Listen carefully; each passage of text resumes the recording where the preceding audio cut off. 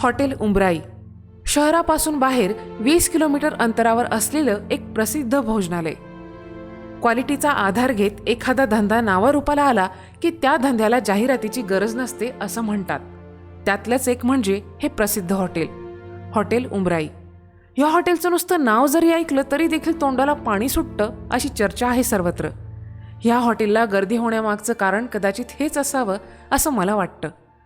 हॉटेलमध्ये जेवण केल्यानंतर काहींचा तिकडून तिकडेच घरी जाण्याचा विचार होता. त्यामुळे कुणाला जॉईन न होता त्यांनी त्यांच्या गाड्या सोबत घेतल्या होत्या.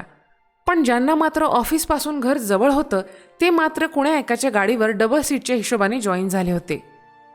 ऑफिसपासून निघताना सचिन म्हणाला होता, हॉटेल उमराईला जाण्यासाठी मेन रोडने जाण्याची गरज नाही. एक शॉर्टकट मला माहिती आहे. तो रस्ता डायरेक्ट हॉटेल उमराईच्या 1 किलोमीटर अलीकडे निघतो. शहरात संध्याकाळच्या वेळेला कुठले तरी मंत्री महोदयांची सभा असल्यामुळं शहरातल्या मुख्य रस्त्यांवर लोकांची गर्दी उसळली होती. त्यामुळे सर्वांच्या संमतीनं शॉर्टकट रस्ताच योग्य राहील असा निर्णय झाला होता.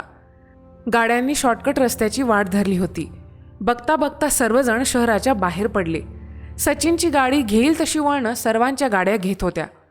सचिन आणि प्रितीश सोडता या वाटेने आजवर कोणीच प्रवास केलेला नव्हता.